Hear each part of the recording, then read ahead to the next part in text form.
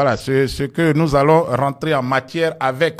Donc, que s'est-il passé, M. Bion? C'est répandu largement dans la presse. Il est de son droit, je le rappelle, ce n'est pas mauvais, de déclarer qu'on veut être candidat à une convention d'un parti démocratique. C'est un droit légitime lorsqu'on remplit les conditions. Rien ne l'empêche, il est membre du bureau politique au même titre que votre humble serviteur qui s'adresse à vous ce soir.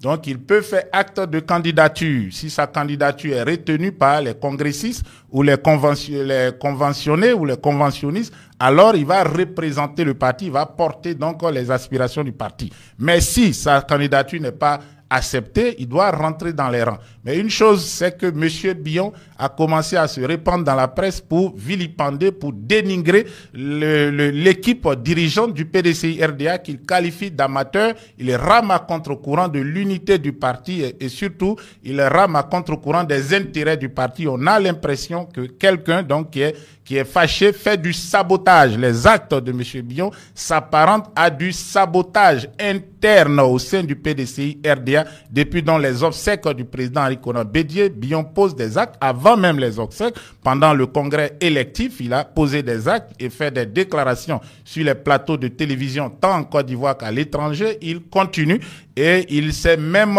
autorisé avec les armoiries du PDCI-RDA dans son fief de Dabakala où, je rappelle, son candidat à l'élection municipale de 2023 n'a eu que 26 voix. Il a réuni des centaines de personnes donc au sein de la maison du PDCI-RDA pour déclarer sa candidature à l'élection présidentielle directement, sans passer par la convention. Jean-Luc Bion est-il en mission commandée par son parrain Alassane Dramane Ouattara pour saboter, pour détruire le PDCI-RDA? On se rappelle que c'est l'un des objectifs, sinon l'objectif primordial de M. Ouattara depuis les années 90, faire disparaître le PDCI-RDA et créer un autre parti qui va donc faire, lui, sa propagande en se servant de l'idéologie et du nom du président Félix Houphouët-Boigny. Est-il donc en train de vouloir continuer ou de vouloir réaliser cette mission en utilisant un soldat perdu comme Jean-Louis Bion, Papitou Bion?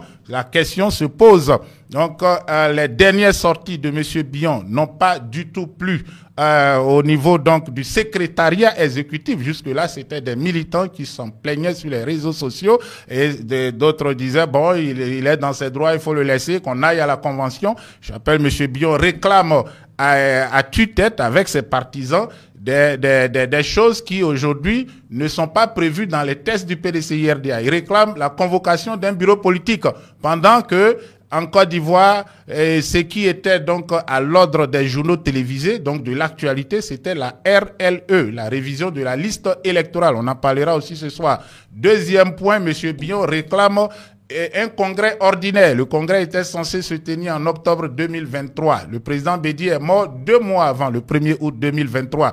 Et le mois suivant, le décès du président Henri Konan Bédié, le mois de septembre 2023, s'est tenu donc les élections locales pour voir un peu le poids politique, le poids donc sur le terrain des partis de l'opposition. Donc il y a eu des rendez-vous importants qu'on n'a pas pu donc sauter. On ne pouvait pas organiser cette élection, du moins ce congrès ordinaire, avec le corps chaud du président Henri Konan Bédié à la morgue.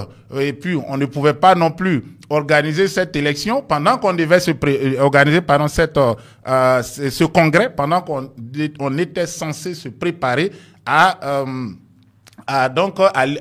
aux élections locales. C'était pas possible. Ensuite, au décès du président Bédié, il y a eu donc ce qu'on va appeler une transition. Il y a eu une transition à la tête du parti assurée par le docteur Kopli Boni qui pouvait rester 6 mois et pendant ces 6 mois organiser une élection.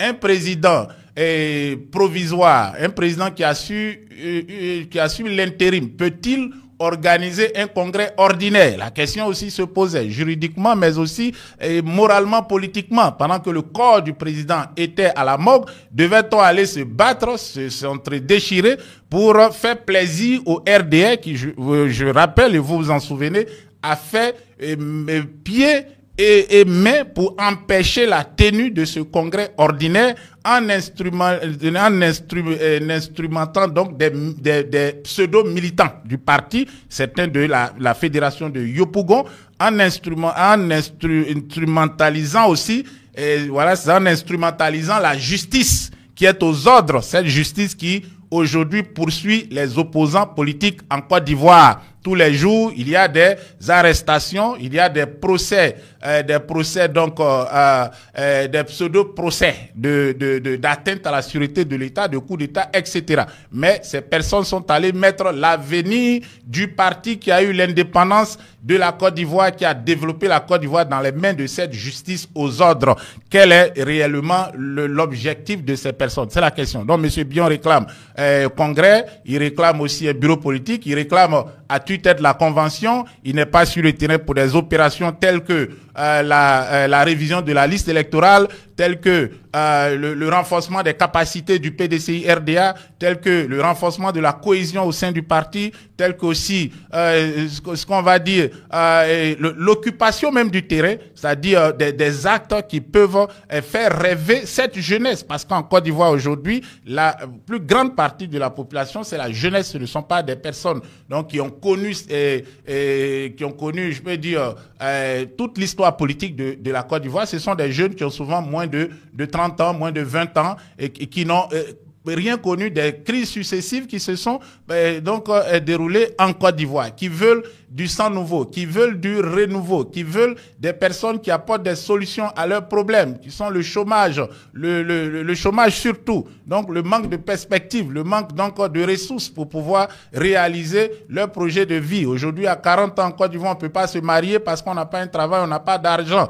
Tout tourne autour de l'argent en Côte d'Ivoire. Donc, il faut apporter des solutions aux problèmes de cette jeunesse. Il faut les intéresser à la politique. C'est ce que le président Tidjane Thiam essaie de faire. Il était à Paris, il a rencontré la diaspora. Ils ont parlé de perspectives de développement. Pendant ce temps, Papitou à Abidjan continue donc les pics. La dernière en date, une visite inopportune au siège du PDCI-RDA pendant que tout le Gotha, en tout cas toute la direction du parti se trouvait en France pour cette rencontre avec la diaspora ivoirienne de France. C'est plus de 100 000 personnes et lorsqu'on ajoute les diasporas des autres pays environnants, la Belgique, l'Espagne, le Portugal, l'Allemagne, l'Italie, etc., nous avons peut-être le demi-million d'Ivoiriens qui vivent. Ils sont allés leur donner cet espoir. Ils sont allés échanger avec eux pour les amener à participer à l'effort de développement, les amener à se mettre au service de leur pays. Le président Thiam l'a dit, un Ivoirien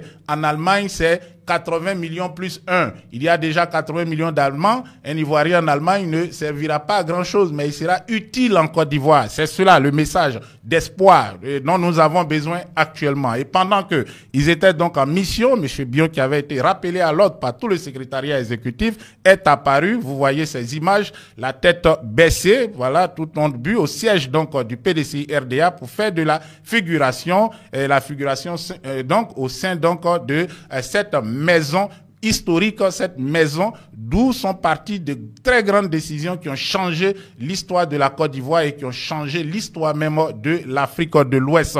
Aujourd'hui, le Conseil de discipline a finalement réagi. Il avait été saisi par un député. Il a réagi aujourd'hui en convoquant le député Jean-Louis Bion. Voici en exclusive la convocation adressée à monsieur Jean-Louis Bion, l'honorable Jean-Louis Bion, ci-devant membre du bureau politique du PDCI-RDA, qui avait refusé d'ailleurs de siéger donc de siéger au secrétariat exécutif. Et il a même envoyé un document depuis l'étranger où il se trouvait, au Bénin, on s'en souvient. Donc Jean-Louis Bion, convoqué par les instances du parti, la convocation est là, convocation à l'attention de l'honorable Jean-Louis Bion, vu les statuts et règlements intérieurs du PDCI-RDA, vu le rapport du 8e congrès extraordinaire du 22 décembre 2023, vu la décision numéro 44/2024 Bureau politique BP, donc CAB, du 28 octobre 2024, portant nomination des membres du conseil de discipline du PDCI-RDA, vu la saisine du secrétaire exécutif, chef du secrétariat exécutif en date du 14 octobre 2024, vu les auditions des plaignants primaires le 21 novembre 2024, vu les conclusions du conseil de discipline en ses sections disciplinaires des 19 et 26 novembre 2024, le conseil de discipline et de l'ordre du Bélier en sa session du 26 novembre 2024 et conformément donc aux articles 90 des statuts 11 et suivants du règlement intérieur du PDCI RDA, convoque Monsieur Jean-Louis Billon le mercredi 4 décembre 2024 à 17h30 à la maison du parti du PDCI RDA, donc de Cocody, salle du secrétariat exécutif, à l'effet de répondre des actes d'atteinte à l'unité du parti et à ses intérêts et d'insoumission aux décisions du parti. Il vous est loisible de vous faire assister par un avocat ou tout militant de votre choix, qui est membre donc du bureau politique du PDCI RDA, fait à Abidjan le 27 novembre 2024, signé Maître Linda Dadié Sangaré, présidente du conseil de discipline du PDCI RDA. Voici donc le courrier qui a été adressé à Jean-Louis Billon, et copie lui est parvenue. Bon, vu donc la publication, je suppose que ce ne sont pas les membres du conseil de discipline donc qui ont posté ce document. Cela doit venir donc de l'équipe de communication de Jean-Louis Billon, qui est très actif sur les réseaux sociaux pour propager donc des fausses rumeurs et surtout propager des thèses donc de division au sein du parti. Nous marquons une petite pause. Vous êtes sur Elvic TV Résistance, installez-vous donc confortablement. Vous êtes en compagnie d'Isaac Kofi.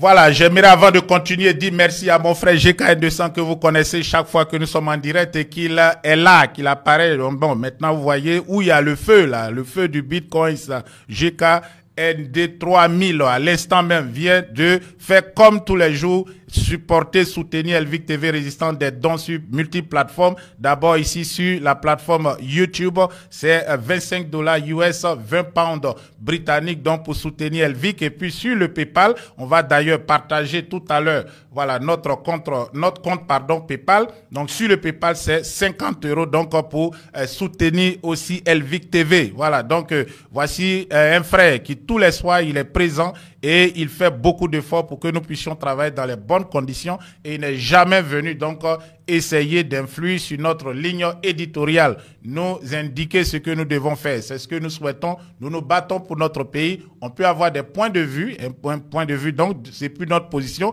qui peuvent diverger. L'objectif donc c'est la libération de la Côte d'Ivoire, le développement économique et social de notre pays. Merci beaucoup GKN200. Et donc nous allons continuer ce live. Je vous demande déjà à une demi-heure du début de ce live de sortir et de liker. Sortez du chat, likez, partagez et revenez. Nous retournons donc Jean-Louis Billon, convoqué par le conseil de discipline. La présidente du conseil de discipline, c'est cette dame que vous voyez sur votre écran, Madame Linda Dadié Sangaré, en haut, voilà. Et Madame Linda Dadié Sangaré qui va présider donc cette réunion du conseil de discipline. Ça sera un point marquant dans l'avenir politique de Monsieur Jean-Louis Noël Billon. Jean-Louis Billon, donc, comme je le disais tantôt, après sa villégiature à la maison du parti, et il est très actif sur les réseaux, mais aussi très actif donc dans la diaspora. Regardez donc cela, les t-shirts qui ont déjà été confectionnés par l'équipe de Jean-Louis Billon afin de lancer sa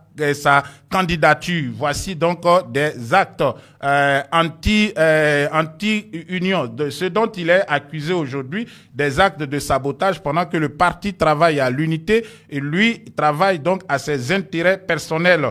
Donc comme vous pouvez le voir, c'est très clair, les actes d'atteinte à l'unité du parti, c'est pas mauvais en tout cas de vouloir être candidat, mais c'est la manière de le faire qui cause problème. Vous avez là, Monsieur Billon était en France la semaine dernière, il a passé près d'une semaine en France. Bon, malheureusement, il n'a pas eu donc le succès, l'enthousiasme de la communauté de la diaspora ivoirienne de France, comme le président Tidiane Thiam. Voici le représentant à gauche sur votre écran de Jean-Louis Billon en France.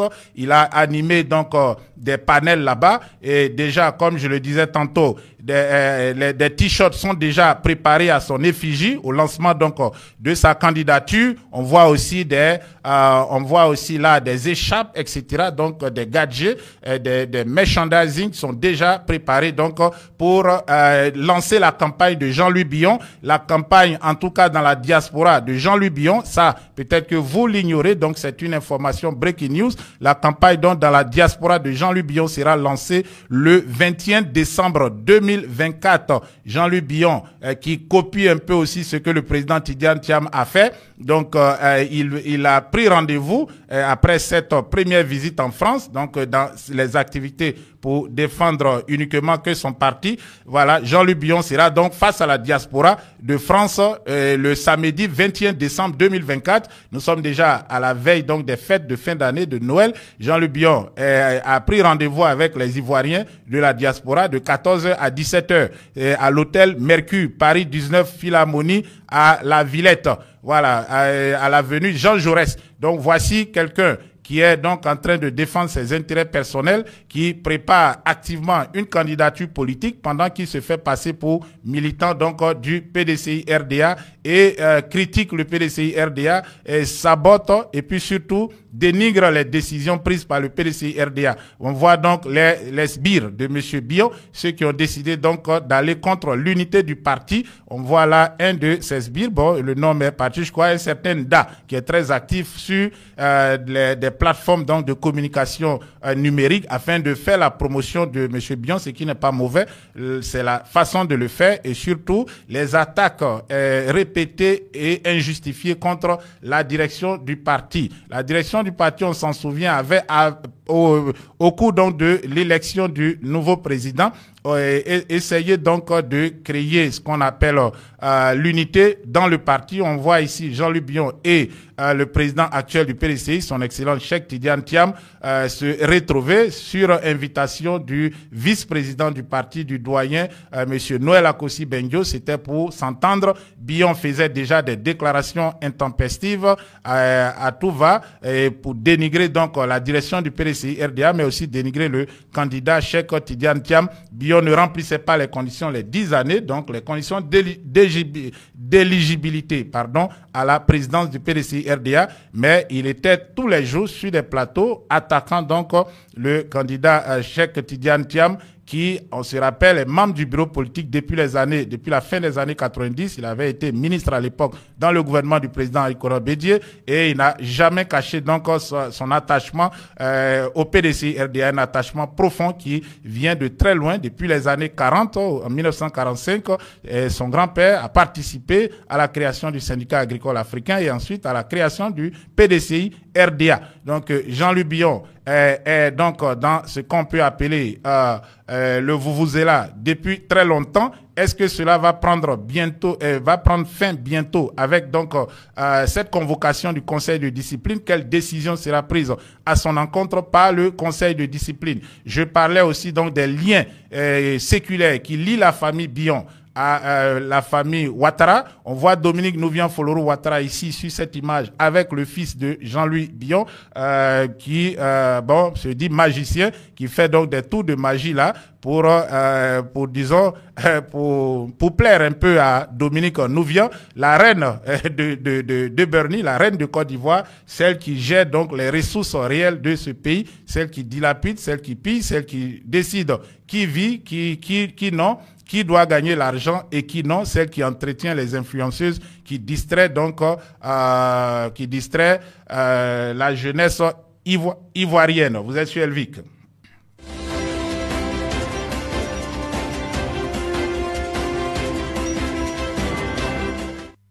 Voilà, donc cette convocation de Jean-Louis Billon fait suite à une autre convocation qui, elle, était intervenue en 2020. On le voit ici, c'est la convocation de Kwadwo Konan Bertin. Kwadwo Konan Bertin était à l'époque conseiller du président Henri Konan Bédié. Il avait aussi été président de la jeunesse du PDCI RDA. Kwadwo Konan Bertin était rentré donc était en rupture de ban avec le PDCI. Il était venu dans le seul but d'espionner pour le compte du régime du RDR. Le 1er octobre 2020, donc, à près d'un mois donc du début de l'élection, je rappelle déjà qu'en septembre, sa candidature à la convention du PDCI avait été refusée car il ne remplissait pas les conditions. Kwadwo Konan Bertin avait organisé une conférence de presse pour vilipender la direction du PDCI RDA, ensuite commencer à poser des actes et surtout annoncer sa candidature indépendante. Kwadwo Konan Bertin, le 1er octobre, donc, voici la convocation qui fait donc preuve de foi, avait été convoqué par la direction du PDCI RDA. Kwadwo Konan Bertin ne s'était pas présenté. Bon, il était venu, on va voir. Donc, on va faire un petit retour en arrière pour voir donc les micmacs, un peu le jeu que Kwadwo Konan Bertin avait joué à l'époque. Est-ce que Jean-Louis Billon va prendre la même voie? Va-t-il déférer donc à cette convocation? Va-t-il répondre à la convocation? On fait un flashback le 1er octobre 2020 au sein de la maison du PDCI RDA. Kwadwo Konan Bertin venait faire son numéro en refusant ainsi de répondre à la convocation du conseil de discipline.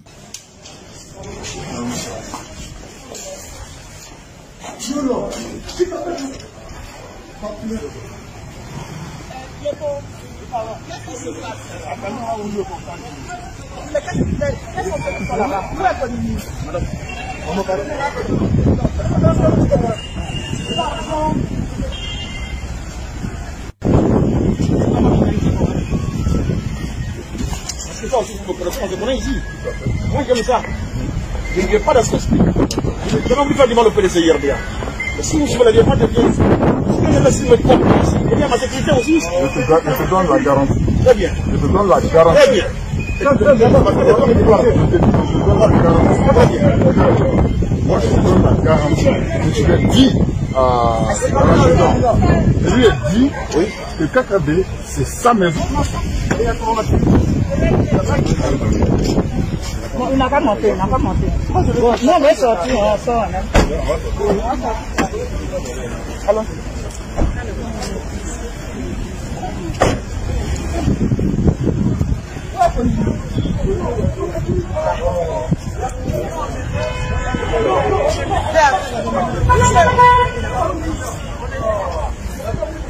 Bon Dieu. Ah oui. C'est du surnaturel, hein?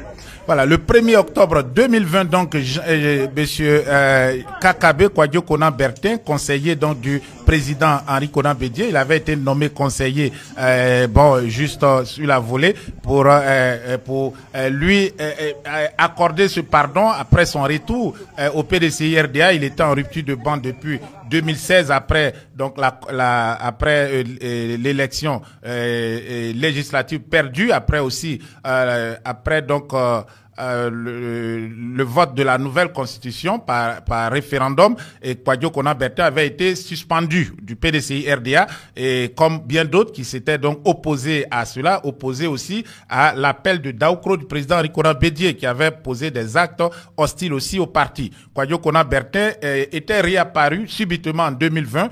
Il avait déclaré être venu reprendre sa place dans le parti pour ensemble mener le combat pour mettre fin à la forfaiture d'Alassane Dramane Ouattara, à la forfaiture donc du 3e mandat. Sauf que Kwadwo Konan Bertin était en mission commandée pour le RDR RHDP, et il avait donc pris de l'argent et il était venu espionner pour savoir la meilleure façon donc de porter le coup fatal au président Henri Konan Bédié et au PDCI RDA. Alors, cette opération ayant été découverte par les fins limiers au sein du PDCI RDA, l'honorable Gaston Wassenan Koné, paix à son âme, et Kwadwo Konan Bertin donc fait acte de candidature contre le président Bédié avec des documents falsifiés de la délégation PDCI dans le IFU, lorsque il est connu que Kwadwo Konan Bertin était un membre de la délégation du PDCI de Port-Boué, où il a même été maire dans la législation 2011-2016. Kwadjo Konan Bertin va organiser une conférence de presse. Il vilipende donc la direction du parti. Il réclame les 20 millions de caution qu'il aurait payé pour accompagner sa candidature. Mais la question qui nous taraude l'esprit est comment quelqu'un qui était sans emploi à cette époque, qui peinait à payer son loyer, a pu mobiliser 20 millions déjà pour faire acte de candidature contre celui qu'il appelait son père, le président Bédio PDCI RDA. Ensuite, comment allait-il financer sa campagne donc pour l'élection présidentielle? On a tout de suite compris qu'il était dans une mission commandée pour le compte d'Alassane Draman Ouattara et son RDA. Kwadjo Konan Bertin avait donc trahi le père, le président Henri Konan Bédié. Il est ainsi convoqué après plusieurs déclarations sur le PDCI RDA, sur l'état donc de cette élection. Il disait beaucoup de choses, des contre-vérités. Il est convoqué par le conseil de discipline. Et la suite, c'est ce que vous voyez en image. Je vous explique pour ceux qui n'ont pas compris. Kwadjo Konan Bertin arrive au sein donc de la maison du PDCI. Il en sort là sur ces images que nous voyons. Mais il arrive et il descend de son véhicule. Déjà, il est donc propriétaire d'une 4x4 lorsque quelques mois plus tôt, il n'arrivait même pas à payer son loyer. Son loyer donc à Port-Boué avec sa femme, ses filles. Kwadjo Konan Bertin, qu'est-ce qu'il va faire? Il descend de son véhicule.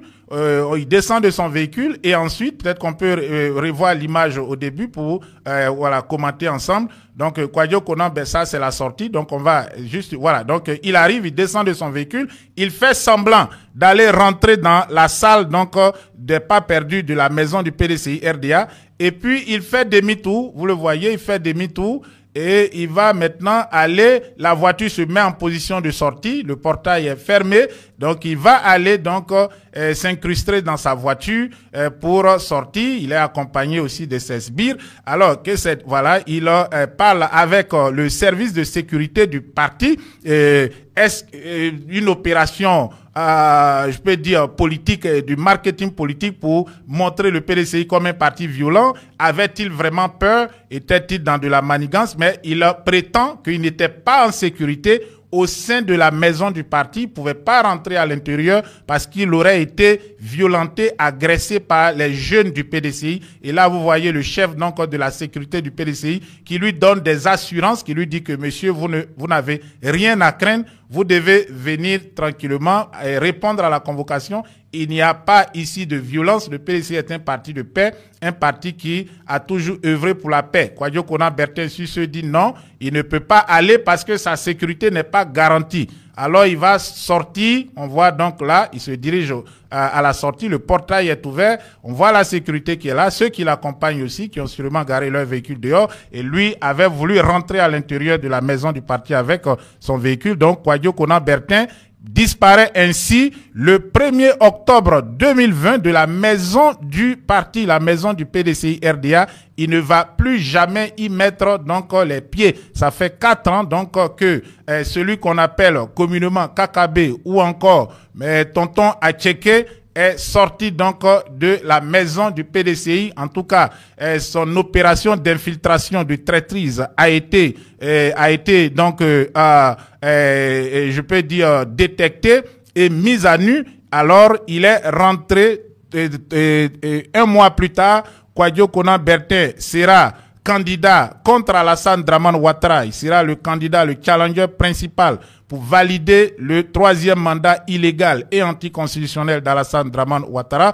Ensuite, il sera récompensé par un poste ministériel, la récompense donc de la trahison, les 30 deniers de Judas pour un Judas donc de la Côte d'Ivoire, pas seulement du PDCI. Il devient donc ministre prétendument de la réconciliation nationale pendant 1 année et quelques mois. Il est ensuite viré par Alassane Draman Ouattara qui n'a absolument rien à cirer avec la réconciliation, qui passe donc d'un ministère plein à un secrétariat d'État ajouté donc aux affaires sociales. Kwadjo Konan Bertin sera encore récompensé avec un Marocain. Il est nommé ambassadeur près le Gabon, près donc de Brice Clotaire Oligui Nguema. Il vit tranquillement aujourd'hui sa retraite après avoir trahi le peuple de Côte d'Ivoire qui souffre le martyre aujourd'hui, tant les conditions sont difficiles donc en Côte d'Ivoire. Kwadjo Konan Bertin est donc aujourd'hui tranquillement installé au Gabon. Jean-Louis Billon, sera la même histoire ou quelque chose de différent? Lui, il peut-être ne le fait pas pour de quoi manger, mais pour des milliers de milliards peut-être, ou pour juste faire plaisir à son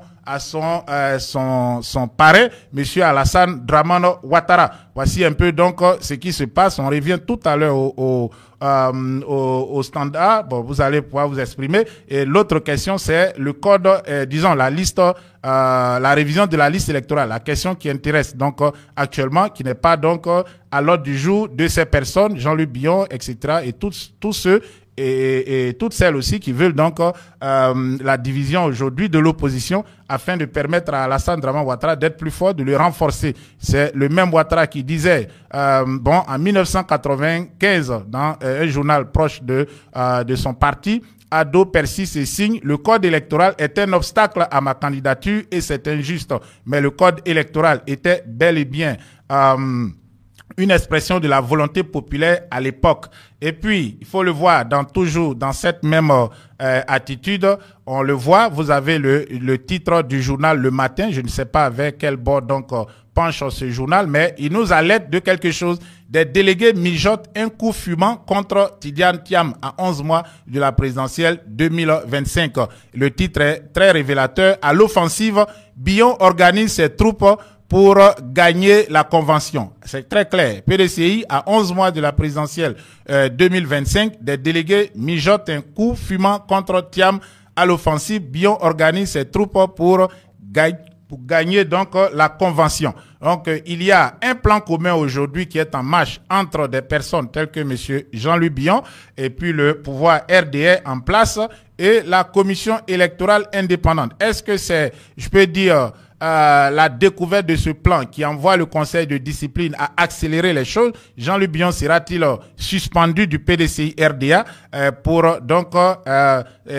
ces actes qu'on lui reproche, ou bien ce sera juste un rappel? Pour le moment, ce sont les spéculations. Le 4, nous aurons plus de détails le mercredi prochain. Mais comme vous le savez, le plan, il est peut-être déjà un peu connu. Le parti au pouvoir, certains membres de l'opposition ou des prétendus opposants, tels que M. Billon, aujourd'hui, comme Kakabe hier, et puis aussi la commission électorale indépendante. Le président donc de cette structure a donné une conférence étant à Paris avec je dirais un journaliste web. On va l'écouter. Il parle donc des demandes de démission, des réclamations de sa démission, des réclamations qui sont très pressantes ces jours-ci de la part des opposants, mais de l'ensemble de tous les Ivoiriens. On les représentants, si ce ne sont les présidents des partis politiques, disent qu'il faudrait que vous démissionnez. Que leur répondez-vous? Mais rien du tout. Moi, rien du tout. Pourquoi ils voudraient que je démissionne? Parce que pour eux, vous n'êtes pas réellement indépendant. Ils sortent certains arguments qui tendent à démontrer que vous êtes à ce poste grâce au pouvoir en place et vous êtes dans un processus de remerciement en posant des actions en leur faveur. Mais qu'est-ce qu'ils proposent pour qu'on soit président? Parce que c'est ça. Ils proposent que l'on choisisse une personne neutre qui est vraiment impartiale. Mais qui va choisir? Ça sera la même chose, hein? Ça sera la même chose. Est-ce que vous pouvez démissionner? Mais la démission, c'est un acte volontaire. Pourquoi voulez-vous que je démissionne? Pour démissionner, il faut que j'ai des motifs. C'est volontaire. Moi, jusqu'à preuve du contraire, je n'ai pas de motifs pour démissionner. Je fais mon travail correctement. Parce que, savez-vous, je suis habitué à ça. L'élection, elle est bonne que lorsque les gens l'ont gagnée. Elle n'est pas bonne lorsque ils l'ont perdue. Donc, à tout moment, si on doit démissionner, je vais vous dire, est-ce que vous savez que depuis que la commission électorale indépendante existe, c'est le même problème? M. Honoré Guy a connu les mêmes soucis. Après M. Honoré Guy, il y a eu qui? Il y a M. Mambé, qui est aujourd'hui le Premier ministre, il a connu les mêmes problèmes. M. Bakayoko Père à son âme, il a connu les mêmes problèmes. M. Kubier qui est là, connaît les mêmes problèmes. Alors, la question qui mérite d'être posée, est-ce que c'est le président? Est-ce que ce ne sont pas ceux qui sont à l'extérieur qui le disent? Assez généralement, quand ils vont au dialogue politique, pourquoi ils ne déterminent pas les règles d'accès? Parce que quand on dit personne neutre, mais il ne viendra pas de masse. C'est quand même un Ivoirien qui devra être à la tête de la commission électorale indépendante. Moi, je ne suis pas encarté. Je suis un magistrat. C'est le Conseil supérieur de la magistrature qui m'a désigné. Mais voilà. Personne ne m'interdit de faire mon travail. Moi, je le fais en mon âme et conscience avec mon équipe. Parce que ce qui est très intéressant, c'est que cette commission électorale indépendante, le président ne décide pas seul. Vous travaillez avec qui? Mais je travaille avec les représentants ou les personnalités désignées par même les membres de l'opposition qui demandent la démission du président. Donc l'opposition est présente dans la commission. Mais l'opposition est présente et comment qu'elle est présente? Elle est présente, elle a 5 personnalités qui sont désignées au sein de la commission électorale. Et quand vous prenez les décisions, ces personnes-là participent également. Mais bien entendu, moi je ne prends même pas de décision. Pour votre gouverne, le président n'a même pas de zone de supervision. Hein. Vous savez, la liste électorale, comment elle est adoptée? Je vais vous dire comment elle est adoptée. Les 18 commissaires, pour ne pas dire les 17, parce que je suis le 18e, les 17 commissaires, chacun d'eux a une zone de supervision. Et la supervision va consister à voir si l'enrôlement s'est fait conformément aux règles. Et donc chacun d'eux a une partie de la liste électorale. Et ce sont eux qui valident la liste électorale de chaque zone. Et c'est cette validation générale qui constitue la liste électorale. Moi, je n'ai pas de zone, je ne valide rien en tant que tel. Mais moi, je coordonne, peut-être.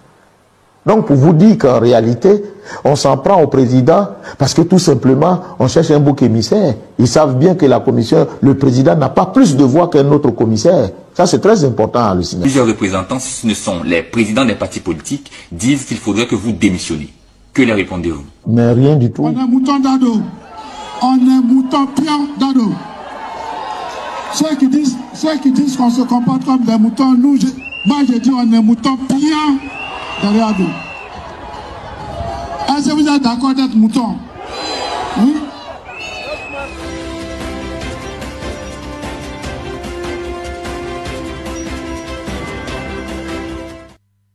Voilà, et vous avez écouté, les moutons se retrouvent. En tout cas, les moutons ne marchent pas avec les lions ou les autres animaux du là. Le mouton, il est toujours mouton. Autre information, voilà, pour vous informer, vous rappelez sûrement ceux qui sont des quadras ou des Kenka ici parmi nous.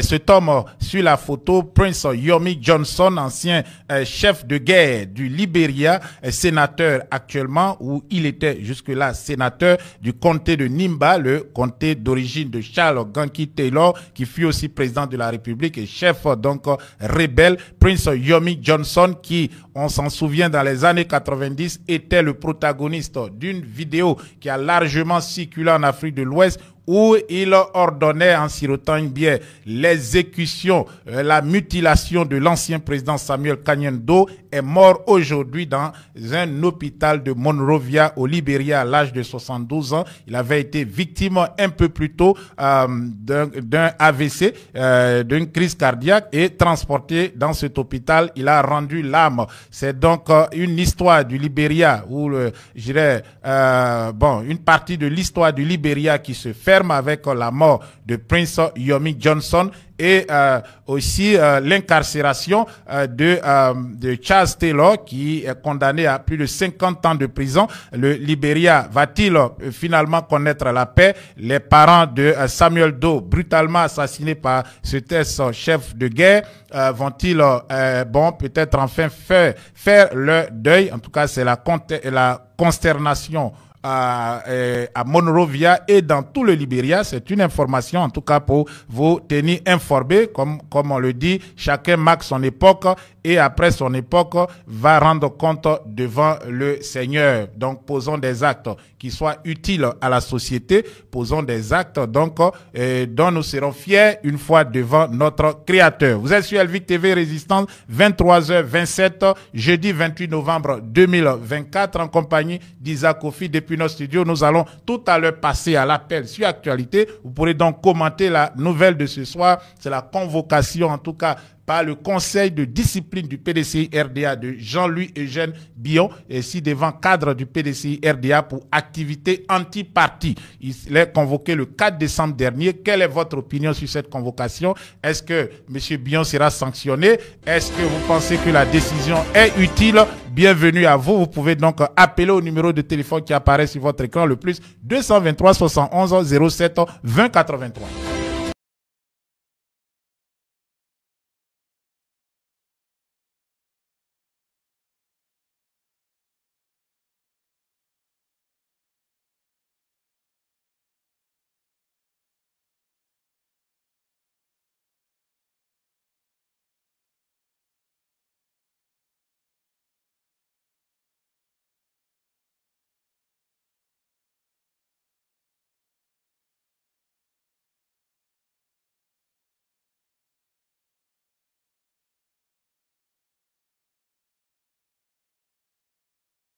Voilà, nous sommes sur le plateau d'Elvic TV. Nous allons donc, comme je le disais tantôt, donner la parole pour réagir, pour, disons, ensemble décortiquer ce communiqué du Conseil de discipline. C'est le Conseil de discipline qui a aujourd'hui convoqué M. Jean-Louis Billon.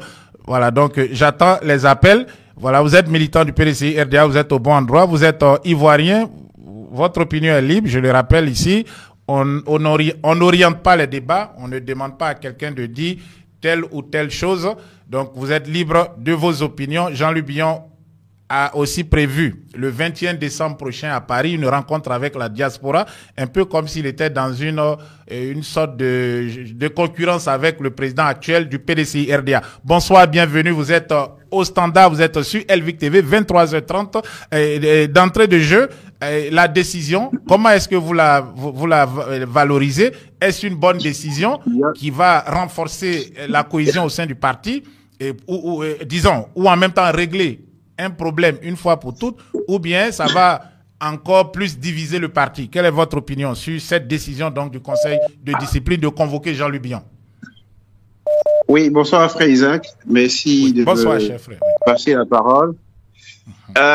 Moi, je vous ai appris de cours et j'ai appris effectivement sur votre chaîne que le Conseil de discipline a convoqué M. Billon, chose qui pour moi a beaucoup tardé parce que à un moment donné, pour donner l'exemplarité et pour montrer qu'on peut mieux diriger un pays, cela nécessite quand même qu'on ait de la fermeté.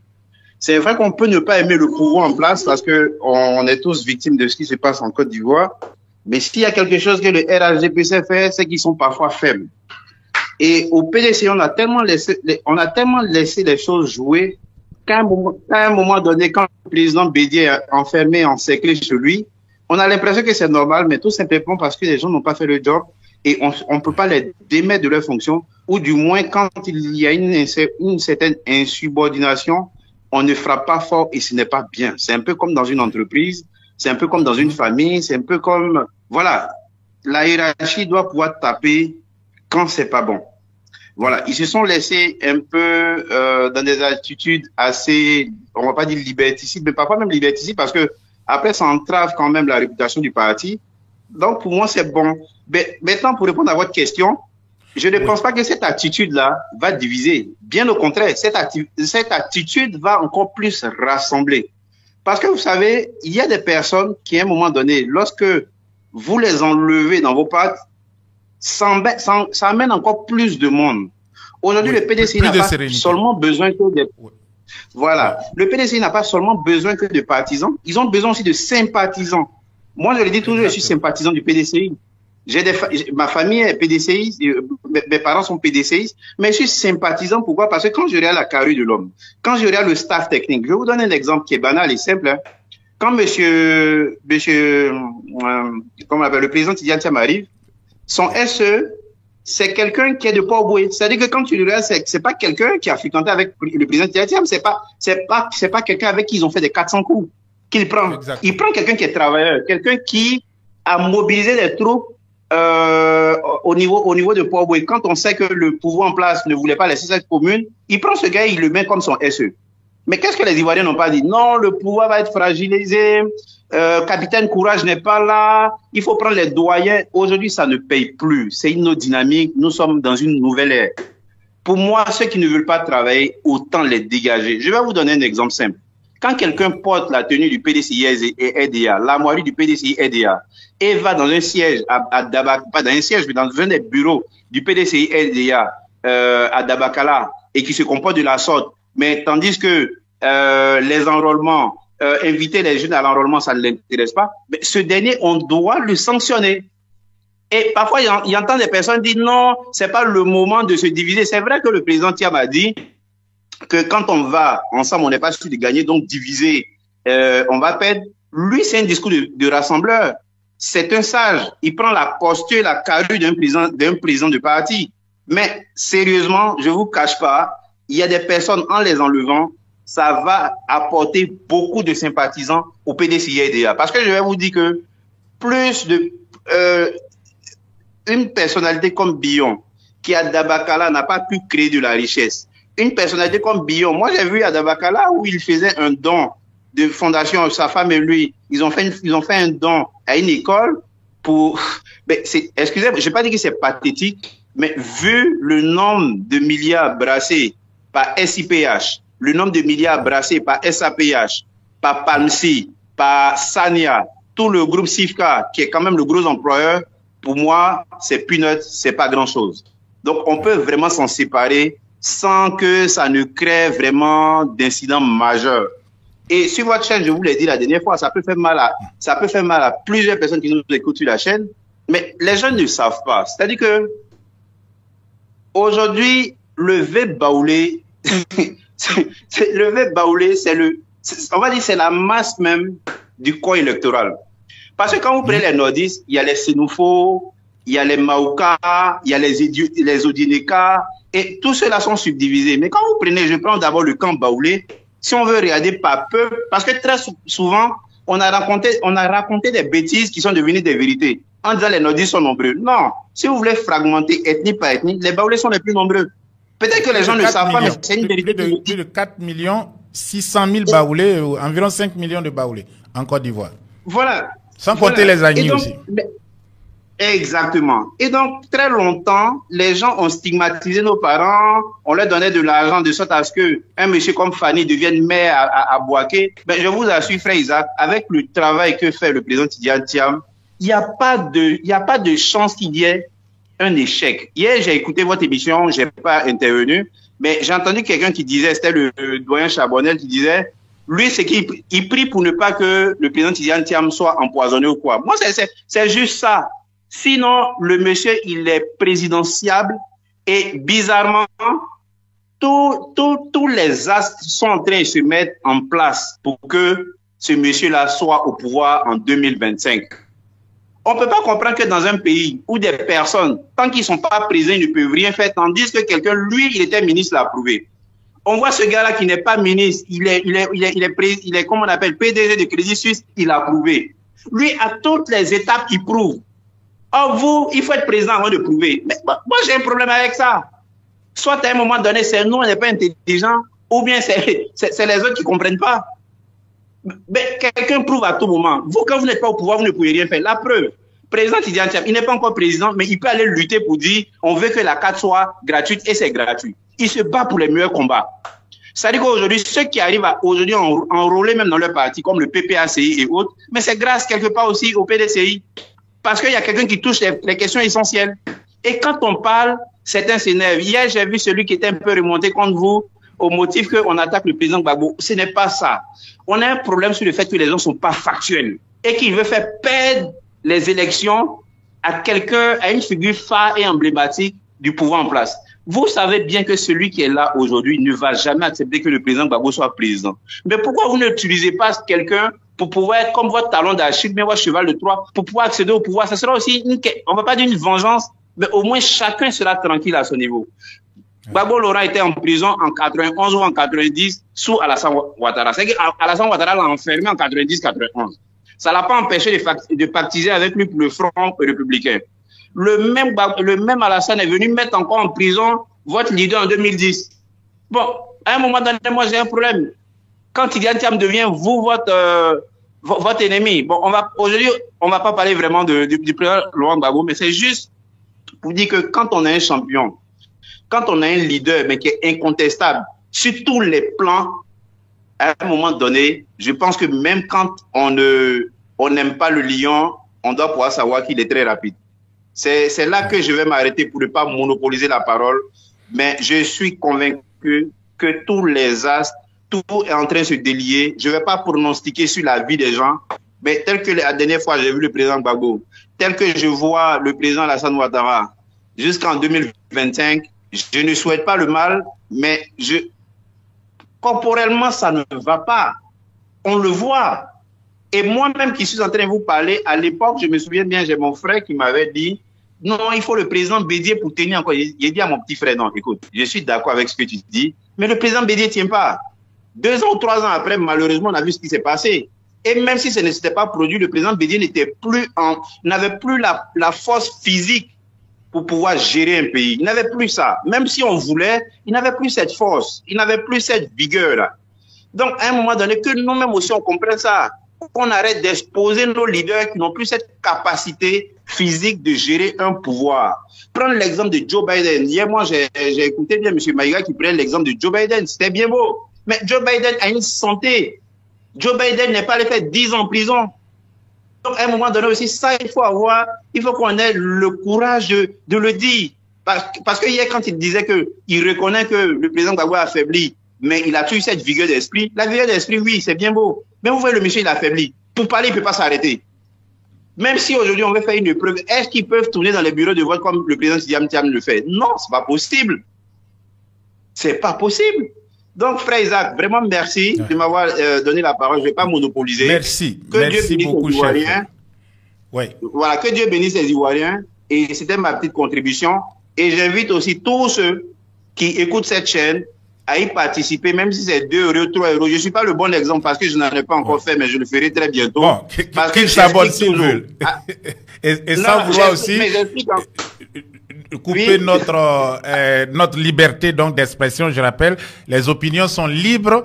Il y a une charte. La charte donc qu'il faut respecter ici, c'est ne jamais prononcer des injures à l'encontre d'un tel ou d'un tel, surtout d'un leader politique. Nous devons du respect à ceux donc qui sont à la tête de nos États. Les actions, on peut les discuter librement.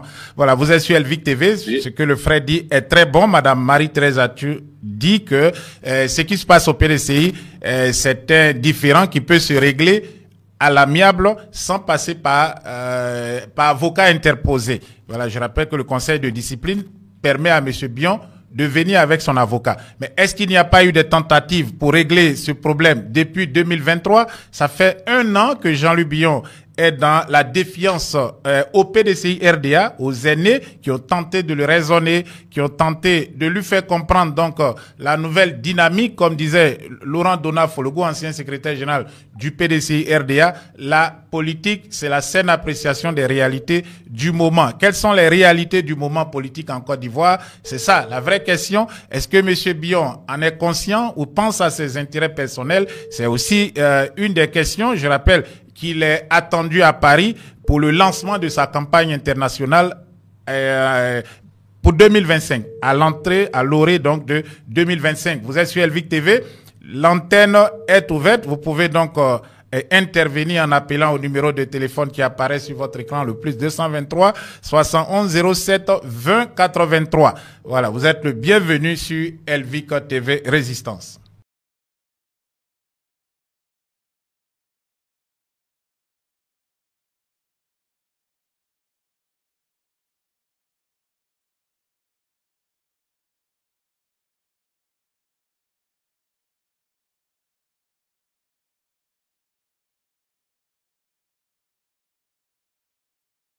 Voilà, nous sommes de retour sur le plateau. Bonsoir, vous êtes en notre compagnie pour, je dirais encore quelques heures peut-être d'informations. Chers frères, bon, d'abord bonsoir. Je ne sais pas si c'est monsieur ou madame. Oui, bonsoir. Voilà. C'est encore madame, bonsoir, bienvenue. Présente. Oui, toujours présente et nous en sommes très fiers, très ravis de vous avoir. Voilà, on attendait cela. Merci. On attendait. Peut-être vous attendiez. Merci beaucoup. Voilà, d'accord, allez-y. Merci. Je sais, c'est pas tout le monde qui m'attend, hein, mais bon, mais c'est pas, c'est déjà bon. Oui, je suis là, c'est l'essentiel. Voilà. Alors, oui. Alors, je remercie infiniment. Vraiment, j'ai beaucoup apprécié donc mon prédécesseur là, qui vraiment il a tenu un langage très clair. Et on va venir sur la convocation de Jean-Louis Bion. On va commencer par ça. Oui. Je pense qu'il était temps, pour ne pas se répéter, mais il était temps de pouvoir montrer quand même qui est quand même le capitaine, comment dirais-je, dans le bateau. Il faut de la fermeté. Sinon, il faudrait que le président Tidiane Thiam, c'est vrai qu'il a pris du temps parce que pour lui c'était pas nécessaire tout de suite de convoquer. Il a laissé faire les choses, mais je pense que Jean-Luc Bion va trop loin. jusqu'au point même de lui manquer de respect sur les réseaux sociaux, via des médias, ainsi de suite. Et il n'a jamais répondu à Jean-Luc Bion. Il n'a jamais répondu. Il continue, c'est-à-dire qu'il a un objectif. Et son objectif aujourd'hui, c'est les Ivoiriens. Comment faire pour enlever les Ivoiriens des griffes de Alassane Draman Ouattara et de Dominique Folorou. C'est ça son objectif aujourd'hui. C'est sa priorité. Donc, il est concentré sur l'essentiel. Pendant ce temps, un dissident que j'appelle dissident guillemets, parce que pour l'instant, je pense que c'est ça, et Jean-Luc Bion, qui doit rester, si vraiment son combat est dans l'intérêt général et dans l'intérêt des Ivoiriens, mais vous avez déjà un président de parti. Si tu as des choses à apporter aux Ivoiriens, mais il faut te joindre, il faut créer l'unité au sein du parti dans l'intérêt général. Mais tu ne peux pas, en marge du PDCI et en marge du président Tidjane Thiam, et t'opposer à ton président de parti. C'est du jamais vu. Alors, moi, ça ne m'étonne pas. Vous l'avez dit, mais comme on dit, la répétition est pédagogique, on va le répéter. Jean-Luc Bion, aujourd'hui, a son doigt dans la bouche de Dominique Folorou et de Ouattara. Jean-Luc Bion, c'est un affairiste. Il a eu des contrats. Il a eu des contrats de la part de Ouattara et de Dominique. Et en retour, il a une mission bien précise au sein du PDCI. C'est de jouer les troupes de fait. Et c'est ce que Jean-Luc Bion est en train de faire. Alors, à un moment donné, il faut dire stop. Et ce stop s'exprime à travers cette convocation. Parce qu'on n'a pas le temps à perdre. On a un problème crucial, c'est de sortir la Côte d'Ivoire de cette situation, c'est de sortir les Ivoiriens qui continuent à souffrir au quotidien, il faut les sortir de là. Donc celui qui ne veut pas se mettre dans les rangs, celui qui vient pour empêcher les autres d'avancer, il faut le mettre à l'écart. C'est tout. Il faut avancer. Parce qu'on a en face des adversaires qui ne sont pas là pour rigoler. Alors donc, on ne va pas permettre des personnes telles que Jean-Luc Bion de venir s'aimer la zizanie au sein du parti.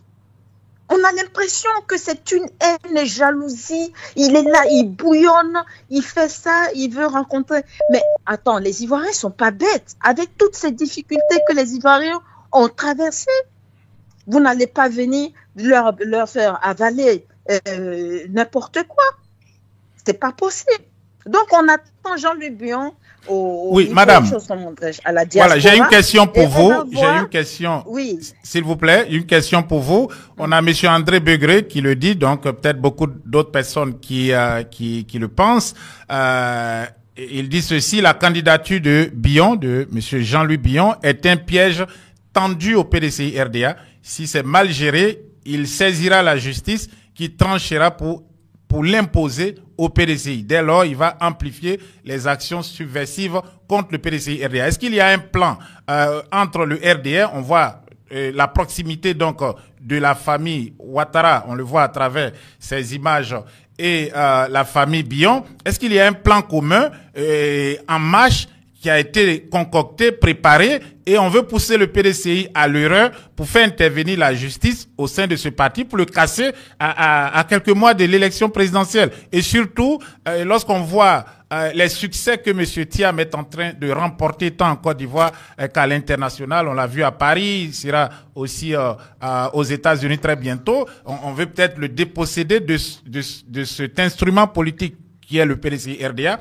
mais aussi peut-être même l'empêcher d'être candidat en utilisant Jean-Luc Billon, c'est clair, mais est-ce que c'est cela? Est-ce qu'on doit craindre ce côté ou bien il faut plutôt être ferme, taper du poing sur la table, peut-être suspendre M. Billon et puis essayer d'aller de l'avant et expliquer surtout qu'il n'y a pas eu d'injustice à son égard, mais ce sont donc ces actions subversives répétées qui ont amené le parti, le conseil de discipline dans ce cas, à prendre cette décision. Alors, moi, je pense que, pour répondre à votre question, c'est un coup monté. C'est-à-dire, Jean-Luc Billon, comme je le dis, je me répète, est en mission pour le compte du RDR.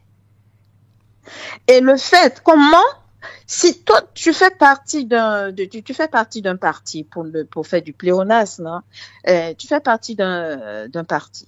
Et comment se fait-il qu'on te convoque et tu pars avec un avocat? Qu'est-ce que ça veut dire?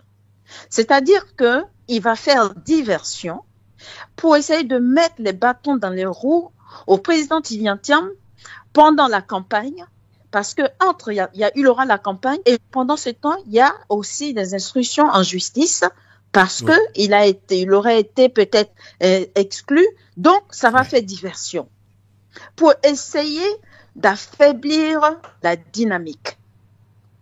Voici l'objectif de Jean-Luc Billon. Oui. Mais si, au sein du PDCI, et même, je ne veux même pas parler du PDC, je parle des Ivoiriens, parce qu'aujourd'hui, il n'y a pas que c'est ce qu'a dit mon prédécesseur tout à l'heure. Il a dit, l'interlocuteur qui est passé avant moi, il a dit que, c'est vrai, il y a les partisans du PDCI, mais les sympathisants sont nombreux. Ils sont nombreux et ça n'arrête pas. Les sympathisants aujourd'hui, qui disent même, c'est vrai, même si je n'ai pas ma carte de PDCI, je suis tiamiste. Les tiamistes, on les compte par des milliers. Alors, je pense que à partir de là, il faut aller en rang serré. Et nous allons continuer à soutenir notre président et le parti PDCI au nom, dans l'intérêt général, dans l'intérêt de tous les Ivoiriens sans exception. Mais Jean-Luc Billon, je pense qu'il va finir, et je pense que c'est ça, parce qu'ils ont joué toutes les cartes. La carte, c'était d'éliminer le président Bédié, et il y a un truc aussi, il s'est trahi, Jean-Luc Billon. Comment peux-tu dire que le président Bédié m'avait promis, comment dirais-je, la présidence? Mais donc, il fait fi, c'est-à-dire qu'il ne tient même pas compte de l'acte démocratique, quoi, du parti, et il tient même pas compte des Ivoiriens et même des partisans du PDCI qui doivent voter leur président. Alors, c'est là, je dis que Jean-Luc Billon, ce n'est pas l'entreprise de papa. Où tu vas venir, où papa t'a promis de te donner les rênes de l'entreprise que tu gères, parce que les gens ont mis ça sur place. Alors, le PDCI, c'est pas pareil. Alors moi, je pense qu'ils sont quelles sont les capacités de nuisance de M. Billon? Dans ce cas de figure, il déclare contre vent et marée qu'il faut organiser un bureau politique. Après le bureau politique, il faut aller à un congrès ordinaire. Après le congrès ordinaire, il faut aller à la convention et tout cela en 10 mois avant l'élection. Ouais. Ça dit qu'il n'est pas intéressé par le travail de terrain. Je comprends, ce n'est pas lui, mais est-ce que s'il est suspendu aujourd'hui, il ne va pas chercher, par exemple, à saisir la justice avec ses arguments, avec cet argumentaire? On se rappelle qu'en décembre 2023, c'est ce qui avait été fait par 2 militants de la délégation. Donc, si c'est Billon qui est maintenant sur le terrain avec cet argumentaire, est-ce que la justice ne va pas rentrer dans l'affaire du PDCI RDA essayer de casser ce parti ou de le mettre de l'empiétrer dans des ennuis judiciaires afin de le rendre inefficace pour l'élection de 2025. C'est un peu la même stratégie utilisée aujourd'hui avec le PPACI. Damana est en justice, Bago n'est pas sur la liste, et puis bon, et il y a des poursuites contre d'autres cadres tels que M. Charles Rodel Dosso, etc., pour ressortir tout cela après, afin de les empêcher peut-être d'être à l'élection. Est-ce que nous sommes en danger évident. Au niveau de cette affaire? C'est évident.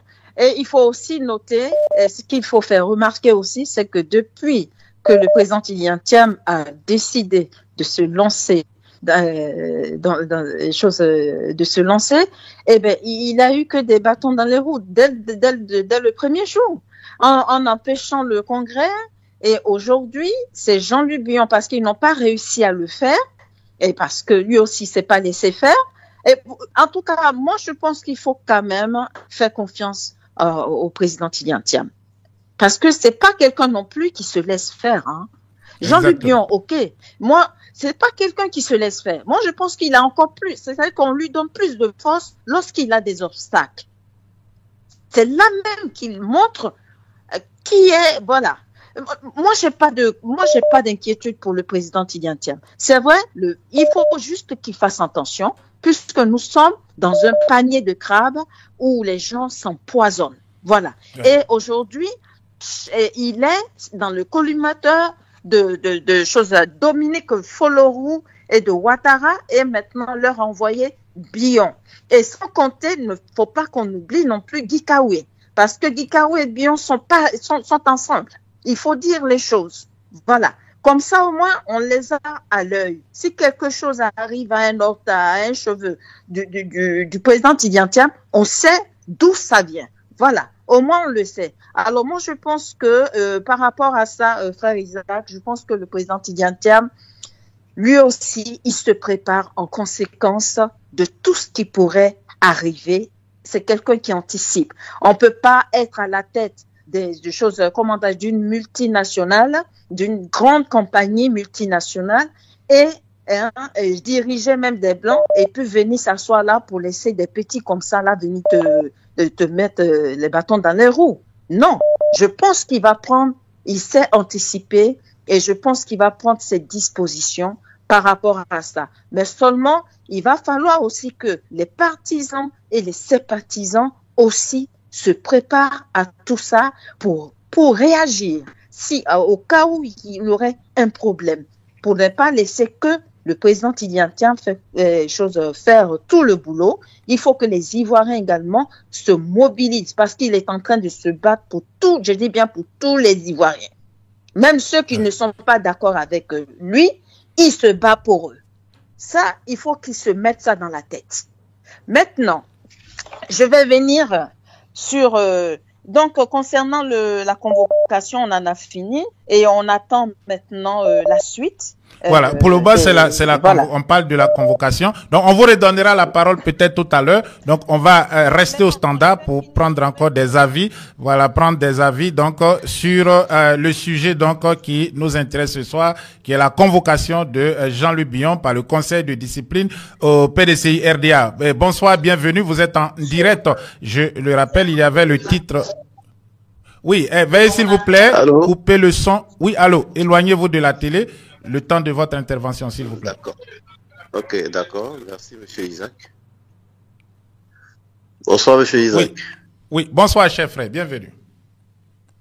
Merci. C'est Kabena, toujours. Oui, monsieur Kabena. Oui, notre frère qui avait appelé de Yamsokro. Nous sommes très fiers de vous avoir encore ce soir.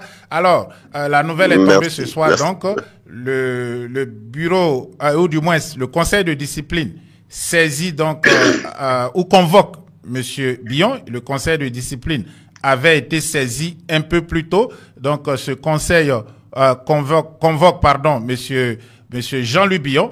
Et alors, j'aimerais d'abord, d'entrée de jeu, avoir votre opinion sur cette convocation et puis quelles sont les ramifications possibles donc de cette convocation. Est-ce qu'il y aura mise en garde, les suspensions, radiation, etc. Voilà, votre opinion d'abord, s'il vous plaît.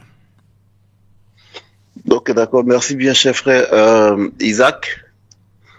Bon, mon opinion en ce qui concerne cette convocation, c'est ça, hein? Oui, allez-y, allez-y. Bon, ce que vous voulez dire, vous êtes libre de, voilà, de ce que vous voulez dire. D'accord. Je dirais que la convocation, elle est la bienvenue, parce que quand même, nous sommes dans une famille, et quand dans une famille, il y a un chef de famille, il y a quand même les règles qui régissent cette famille. Il y a la loi dans cette famille. Si le père de famille dit, bon, écoutez, chez moi à la maison, on mange à partir de 18h, 18h, on doit manger. Celui qui n'est pas là, au revoir.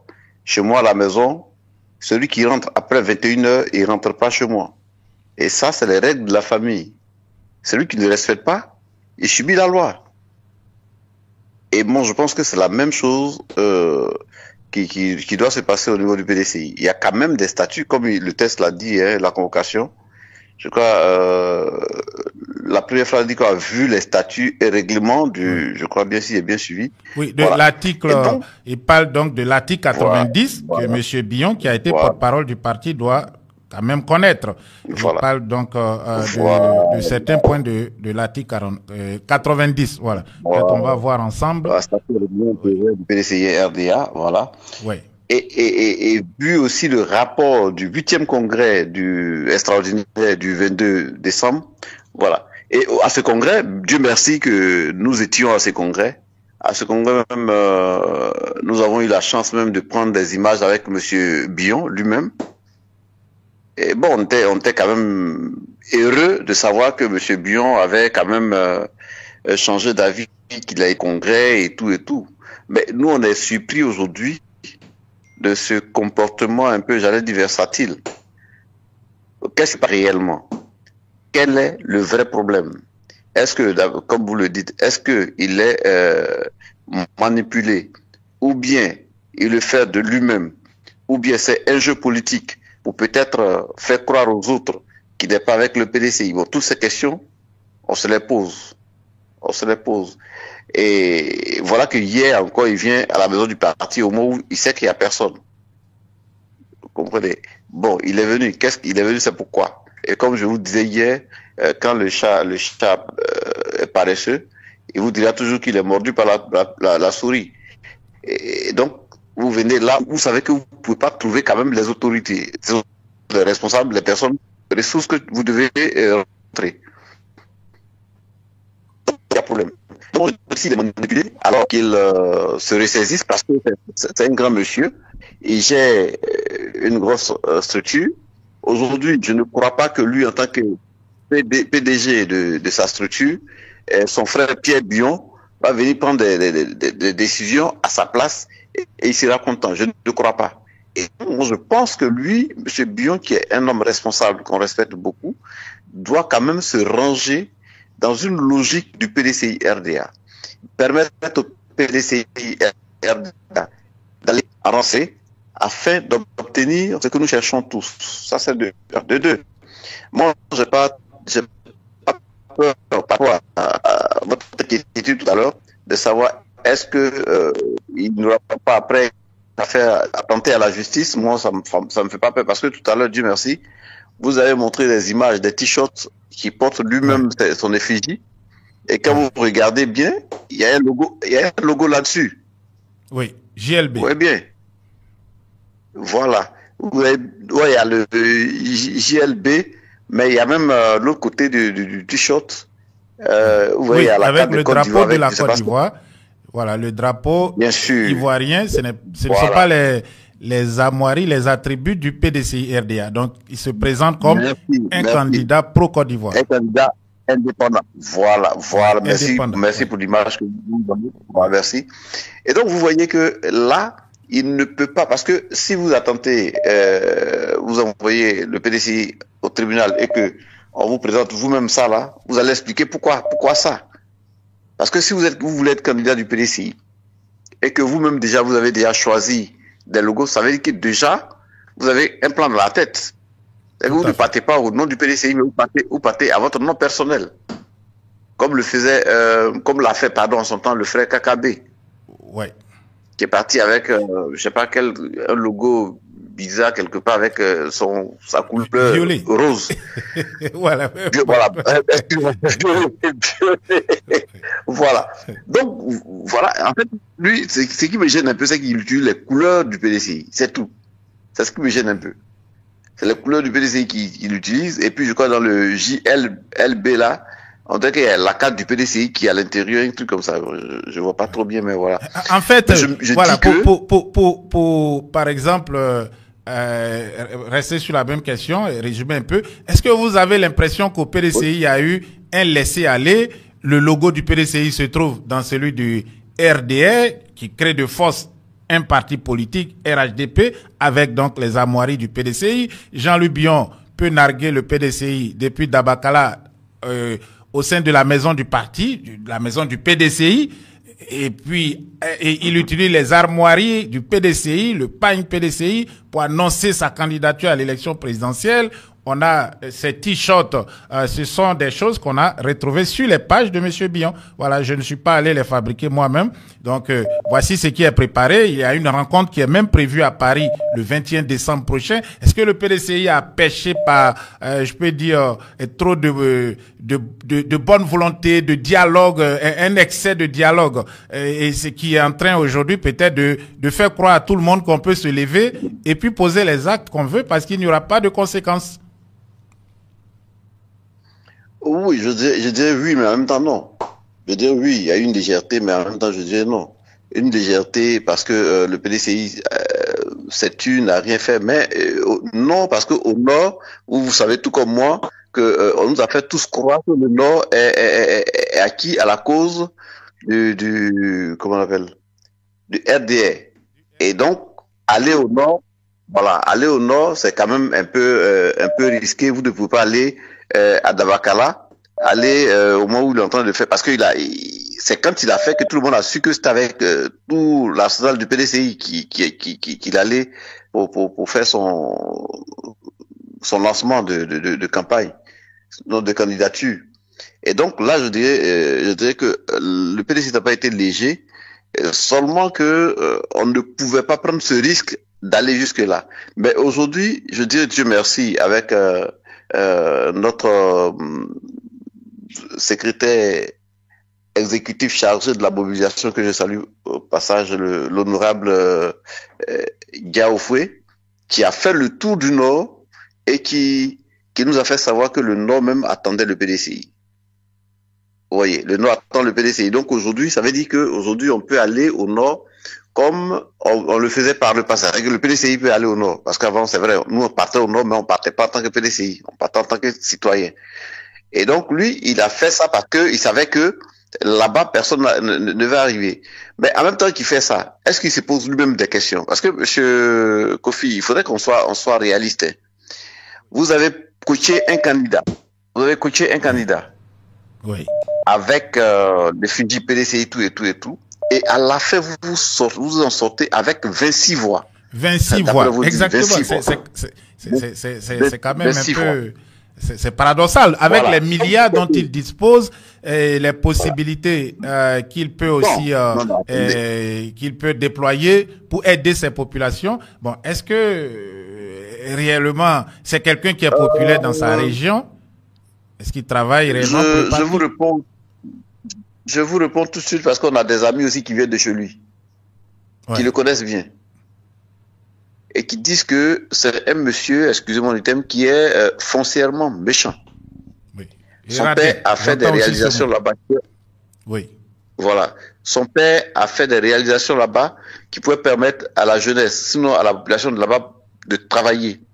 Mais lui, il est allé, après le décès de son papa, il a tout coupé. C'est-à-dire qu'il n'est pas prêt à aider des jeunes gens de chez lui. Bon, avec ça, vous pensez que quelqu'un va vous soutenir? On ne peut pas vous soutenir. Parce que c'est vrai qu'on a cette histoire de je suis militant de tel parti, mais quand je finis de militer, il faut que je mange. Mais si personne, tu ne peux aider personne, qui ira te soutenir puisque tu manges toi seul? C'est ça aussi. Pour être populaire, il faut quand même poser des actes. Il faut poser des actes.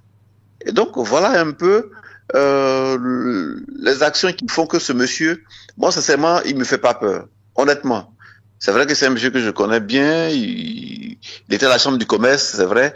On a eu à travailler par moments ensemble, mais sur le plan politique, là, il me fait pas peur. Il me fait pas peur parce que il a prouvé lui-même. Ouais. Comment? Il pèse pas. Voilà, il pèse pas. Ouais. Il pèse pas. Voilà, merci. Il pèse pas. Donc, merci beaucoup, cher frère. Merci d'être passé sur Elvic. On reste au standard pour prendre encore des appels à 0h08. Et puis, nous avons, je dirais, un autre élément qui est important à rappeler. Ceux qui aujourd'hui, peut-être pour des intérêts personnels ou des intérêts politiques, défendent M. Bion. Bon, il faut comprendre que il y a eu des temps où ils n'ont pas forcément défendu M. Bion, parce que M. Bion, dans sa démarche politique, n'a pas été cohérent. On verra cela tout à l'heure. Bonsoir, bienvenue. Vous êtes sur Elvic TV. Votre opinion nous intéresse. Allez-y.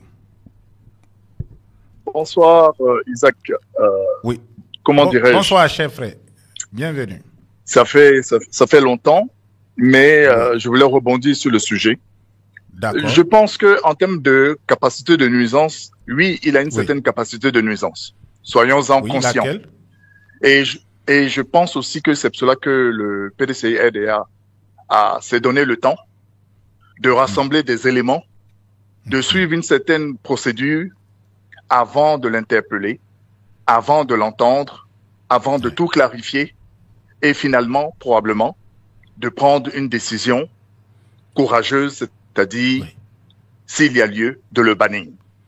Oui, de le radier. Est-ce que les tests du parti permettent aujourd'hui de radier un membre du bureau politique du parti sans passer par la convention, pardon, par le congrès ordinaire ou peut-être extraordinaire, ou un congrès extraordinaire sera décidé dans ce sens?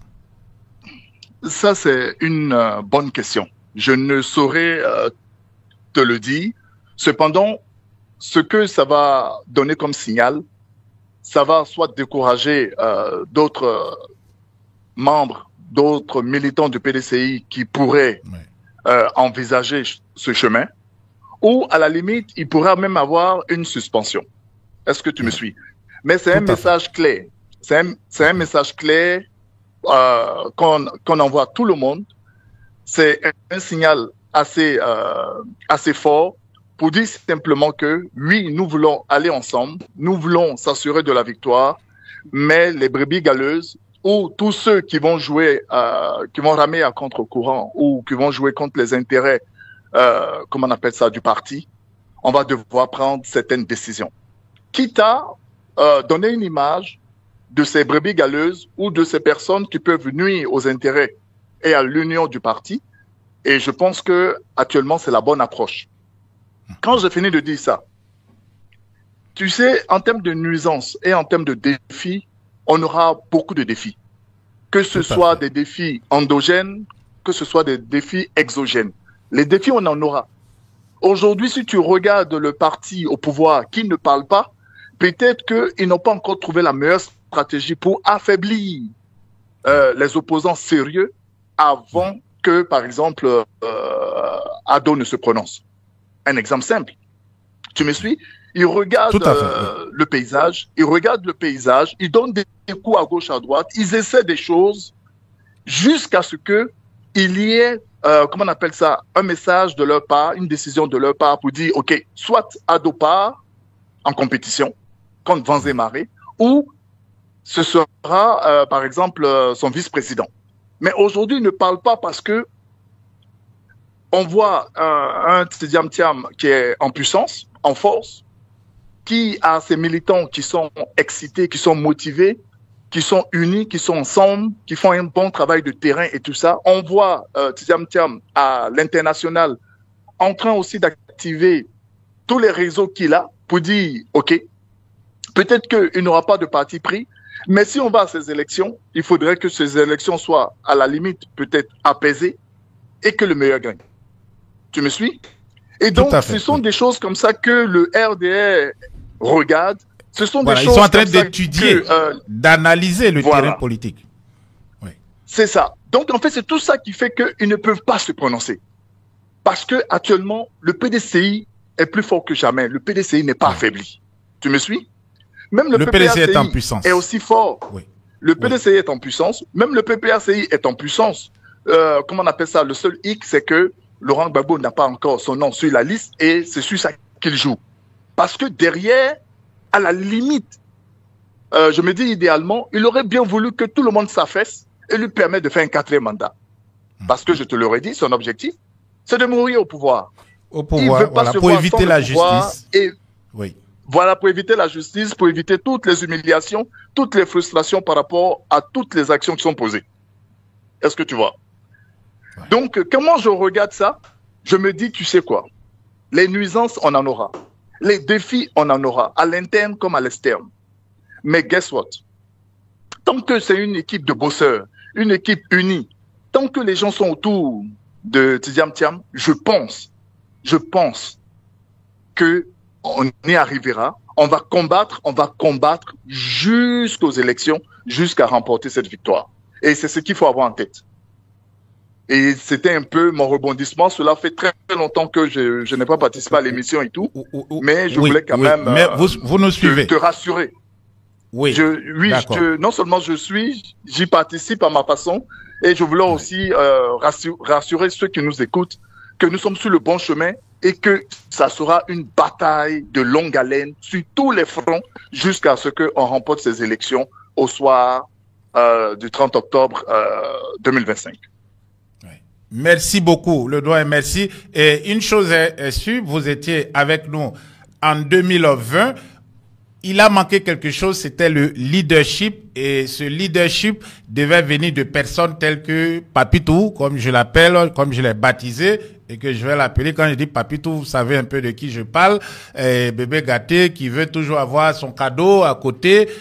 Voilà, pour lui, tout est un acquis. Bon, peut-être pas un acquis, mais on nous doit tout.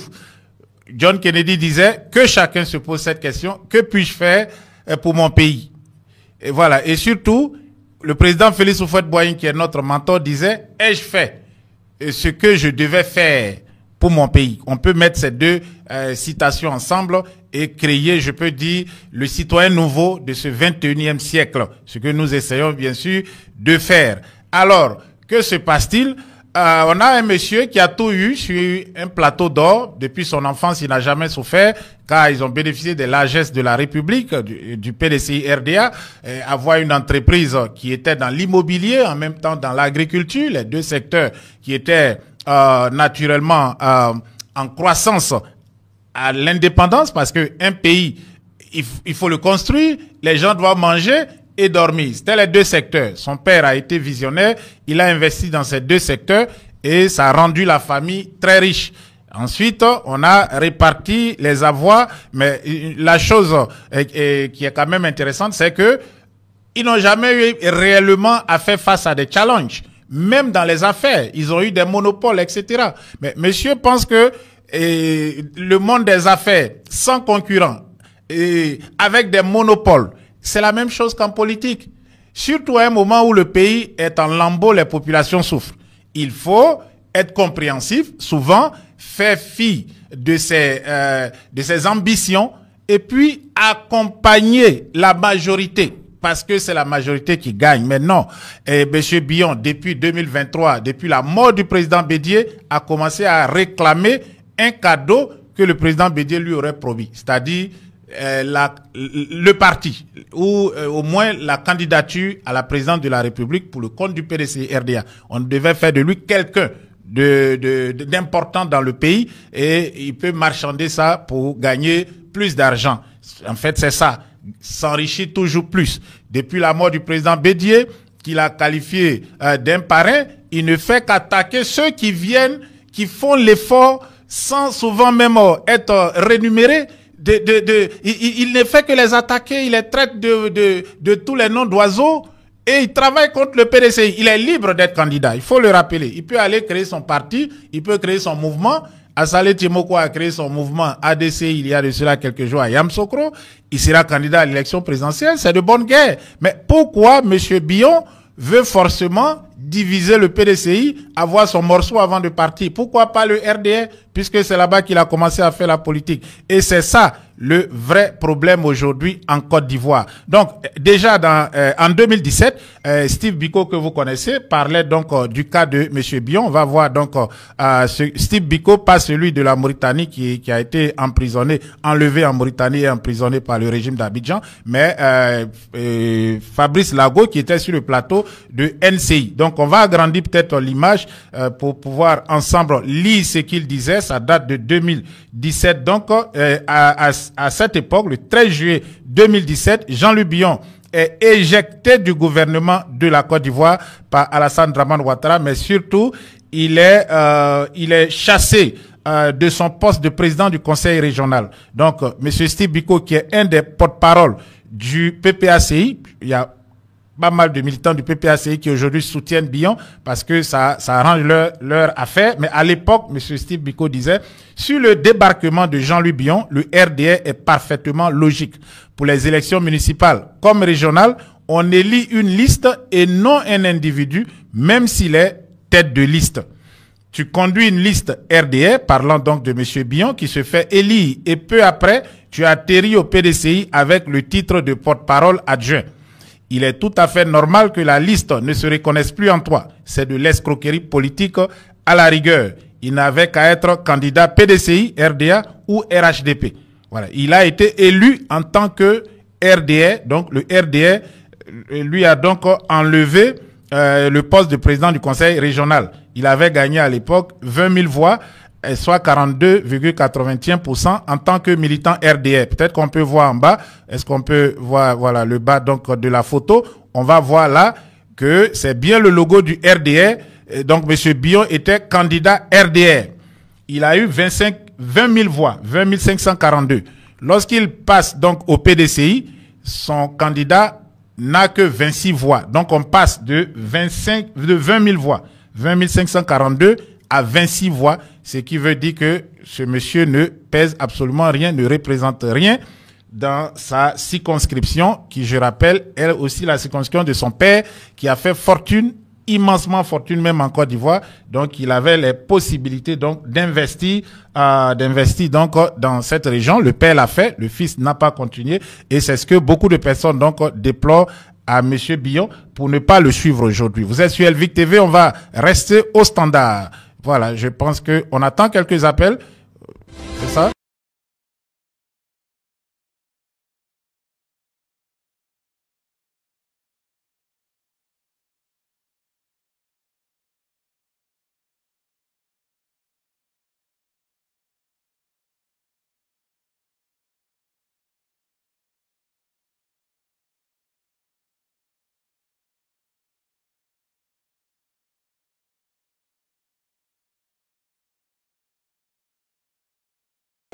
Vous êtes sur Elvic TV Résistance. Nous sommes sur l'éléphant debout. Vous pouvez participer à cette plage donc d'informations au plus 223. Voilà, donc plus 223 pardon 71 07 20 83.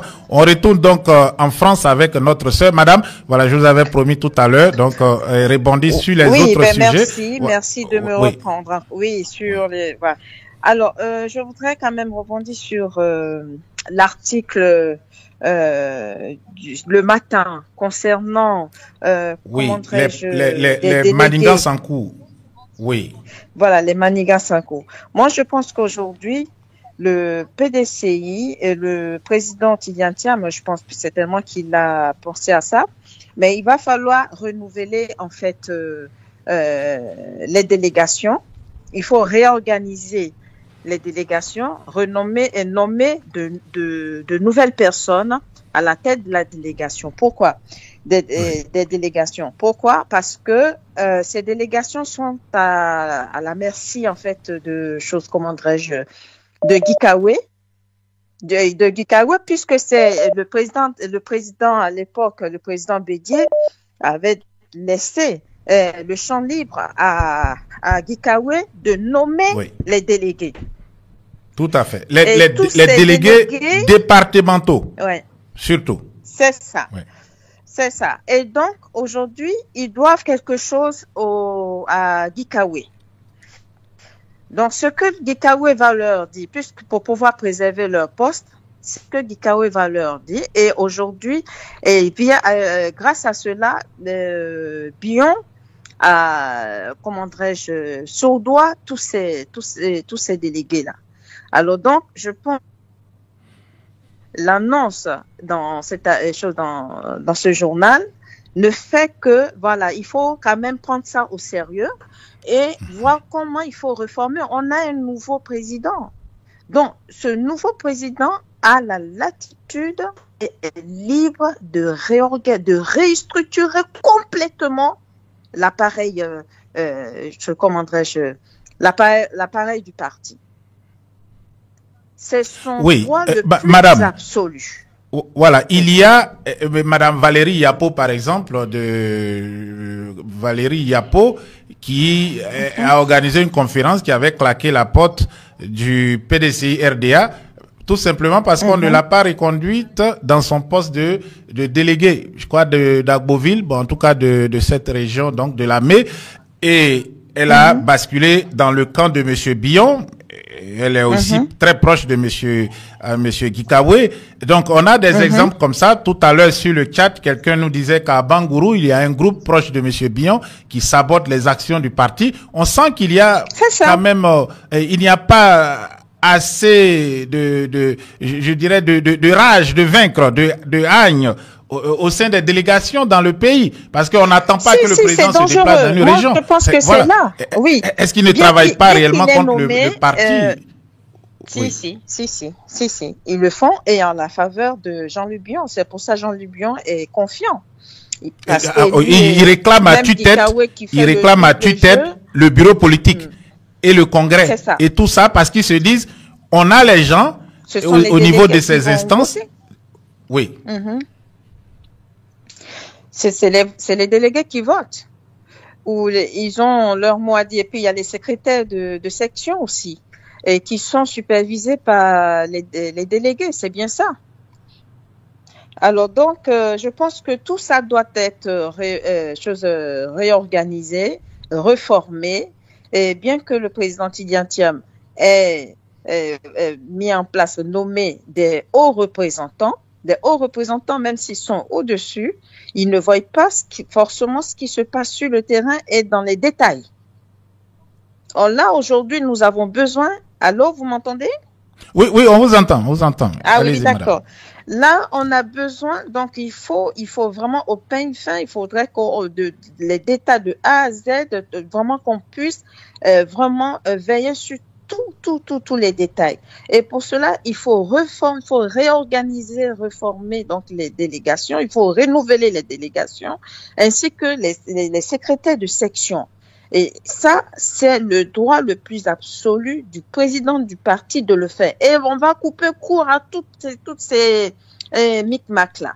Parce que tant que c'est pas fait, il y a quelque chose qui pend et cela donne de choses, comment dirais-je, confiance à Jean-Luc Bion et Gikawe qui travaillent en souterrain pour lui. Ouais. C'est quand même triste que des personnes peuvent mettre leurs intérêts au-dessus des intérêts de la majorité. Et bon, il y a des personnes qui disent dénoncer cela, c'est... Oui. Ils ne sont pas concernés par la souffrance des Ivoiriens. Et c'est ça.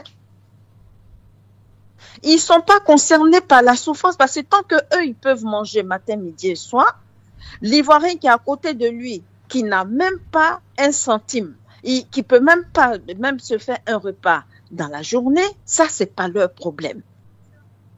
Et ça fait mal. Alors, pour cela, il faut qu'on se batte contre ces brebis galeuses-là. Il faut les sortir, vraiment, il faut les dégager. Il faut vraiment, sans état d'âme.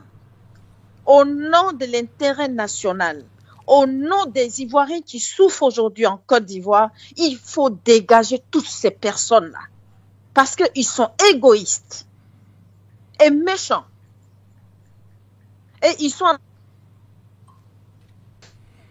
au pouvoir en place. C'est pas possible. Donc, il faut se battre et il faut les enlever. Alors, et concernant Cuibert est en train de faire dormir. Il endort, en fait, les Ivoiriens avec ses explications chose hasardeuse. Il pense, il est en train de nous raconter des histoires. Il sait très bien que Alassane Dramane Ouattara l'a mis là pour superviser les élections et truquer les Cuba, et quand il est devant, devant les médias, il dit oui par rapport à l'enrôlement, voici ce qu'il faut faire. C'est pas lui qui décide, effectivement, mais ce sont les consignes qui ont été laissées. Quand il dit aux gens publiquement, juste un extrait de naissance, vous pouvez aller vous inscrire, et après, il donne des ordres encore, parallèlement, il va dire aux enrôleurs, oui, non, celui qui vient avec son extrait de naissance, il ne faut pas l'accepter, il faut qu'il justifie de... Moi, je pense qu'il faut dissoudre la CEI. Il faut la dissoudre et ensuite, il faut la recomposer. C'est tout. Il faut réclamer la dissolution de choses, comment dirais-je... C'est ce que je voulais rajouter. Et si vous avez d'autres questions, voilà. Bon, je pense que pour que ce dont nous avons parlé reste dans l'esprit de nos frères, il est 0h30.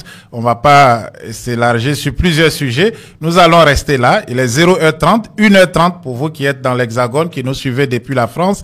Je crois que bon, nous allons nous arrêter là. Le point global. Jean-Luc Bion est convoqué le mercredi prochain au conseil de discipline à partir de 17h. Elvic TV va, pourra pas couvrir, bien sûr, la réunion, mais nous aurons peut-être pendant qu'il est là-bas au conseil de discipline indirect, donc à partir de 16h ou 16h30, voilà, on va vous dire l'heure au moment opportun. Donc, nous serons déjà en train de débattre de cela ici et ensuite on aura les communiqués et que nous allons décortiquer ensemble le mercredi prochain. C'est très important. Donc, passez une excellente nuit. Mais avant de partir, c'est important ceci. Vous êtes aux États-Unis et souhaitez faire partie des colis vers l'Afrique. N'hésitez surtout pas à contacter EKL Container Services. Comme je vous le disais, le départ, c'est bientôt. Je ne sais pas s'il y a eu changement de date, mais pour l'heure, vous pouvez encore appeler le numéro qui apparaît sur votre écran pour avoir donc les dernières informations. Le 617 319 72 39. Et puis, avant aussi de nous séparer, on va se retrouver à 8h. D'abord à 8h, vous aurez un direct avec les situations de nos frères et sœurs qui ont fui Abidjan, aller se cacher à l'intérieur et qui sont traqués par le régime dans ces régions. Je ne parle pas de politiciens, je parle de simples commerçantes, des femmes qui exercent